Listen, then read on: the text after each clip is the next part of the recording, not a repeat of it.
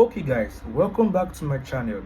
Now from our previous studies, we've explained the first law, the second law and the third law of motion given by Sir Isaac Newton. Now today we're going to be extending from the third law of motion. Okay, we have three parts on the board. Number one, the weight of a body in a lift. Number two, the recoil of a gun. And number three, rocket propulsion. Okay, so all these are somewhat an extension from Newton's third law of motion. So quickly we're going to look at them one after the other. Okay, so the first one, the weight of a body in a lift. Now what happens, or what does a body in a lift experience? What happens to the weight of a body in a lift? Now what is a lift? For better understanding, an elevator. Okay, so when someone enters into an elevator and the elevator either goes up or comes down, what will be the reaction, or what will the person's weight feel in that lift? Now there are three, or rather there are some cases for this part we're going to be explaining today. The first case is what happens when the lift moves upward. Okay, so what happens when the lift moves upward? Now first things first, the reaction, okay, the reaction felt is also, or can also be called, the tension. Okay, the reaction felt in a lift can also be called the what? The tension. Now this tension comes from the strings or the ropes, okay, that is holding the lift frame to the ceiling or to the top floor. Okay, so the reaction is the same or equal to the tension. Now what happens when the lift moves upward?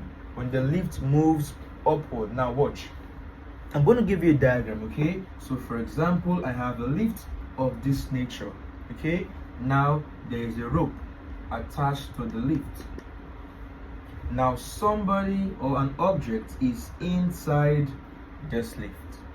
Now first things first, the tension felt in this string is going to be acting upward.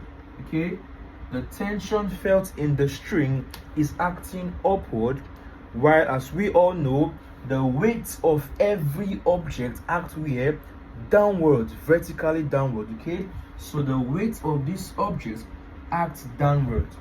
Again, the tension acts upward, but the weight acts downward. Now remember, we said the lift moves upward, meaning after the upward and downward forces acting on this lift, the lift is still moving upward with an acceleration A. Now quickly, whenever an object is moving, how do you get the resultant force? How do you get the force that actually causes the motion? Simple, it is the higher force minus the lower force, or the larger force minus the smaller force, or in better words, the force in the motion direction minus the force in the opposing direction.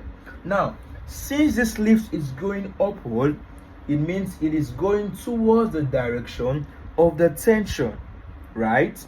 That means that the tension in this case is greater than the weight of the body in the lift because it is moving upward.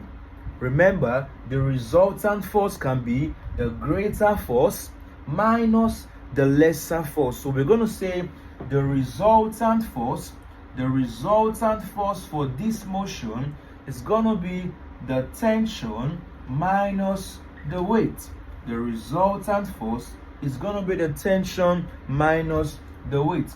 From our previous class, remember, from Newton's second law of motion, Newton gave us that force is equal to ma, mass times acceleration. Now, meaning resultant force can be mass times acceleration. We're going to remove RF and put in ma, so we can say ma becomes the tension minus, again, weight is equal to what? Mg. So we have MA equals to tension minus mg. Remember, we are asked to find the reaction. And I said reaction is also the same as the tension, meaning we're going to make tension the subject of formula in this equation.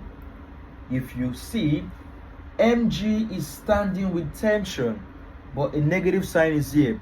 So we're going to color like terms. We're going to take mg to meet ma. Now, if mg crosses over, the minus will change to a plus. So we can say that the tension or the reaction when the lift is moving upward can be ma plus mg. Okay, ma plus mg. For our mathematics color, we have m, we also have m here, so we can factor out the m. We bring out the m, open the bracket, we're going to have a plus g. But I'm going to do something. Let's write g plus a. Okay, a plus g, g plus a, the same thing. Okay, so the tension that or the reaction felt when the lift is moving upward is equal to the mass of the object in brackets g plus a. Now where g is what? Acceleration due to gravity, and a is the normal linear acceleration of the lift.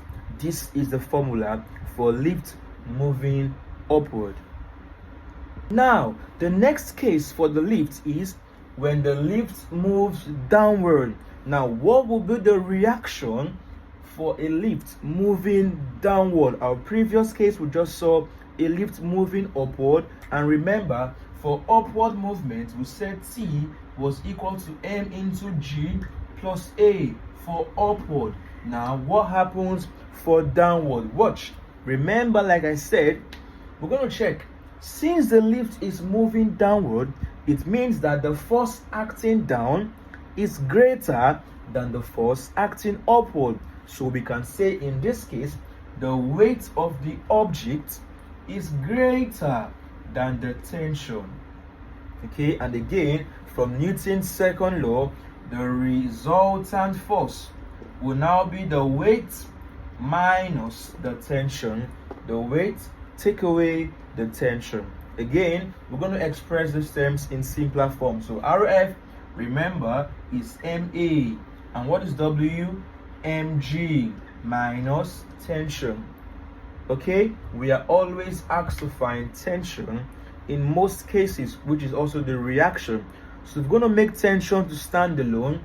We're going to take tension to this part and take MA to the other part. Okay, so that becomes tension becomes mg take away ma. T equals mg minus ma. Our mathematics colors again. We're going to factor out m. What's left? We have g take away a. So the tension or the reaction for a lift moving downward becomes m into bracket g minus a. Now observe, the formula for when it's moving upward was m into g plus a. Now downward is m into g minus a, meaning they look alike.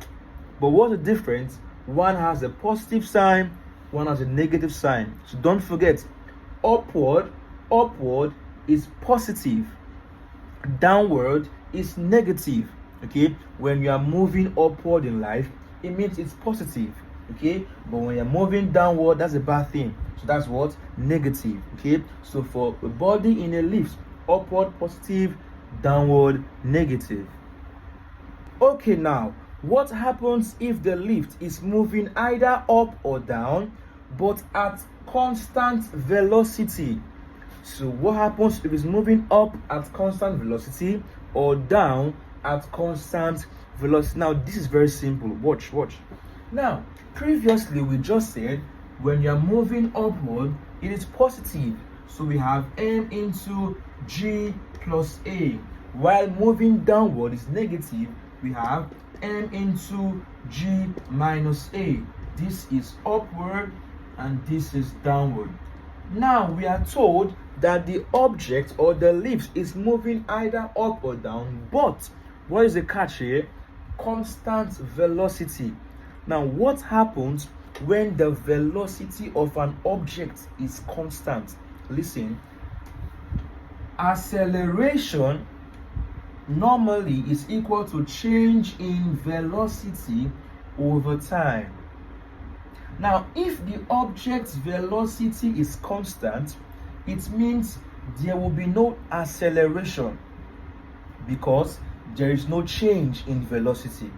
Constant means, let's say for example, I give V 10 and I give you 10. 10 minus 10 becomes what? 0. And what? So 0. Now 0 over t will give us 0.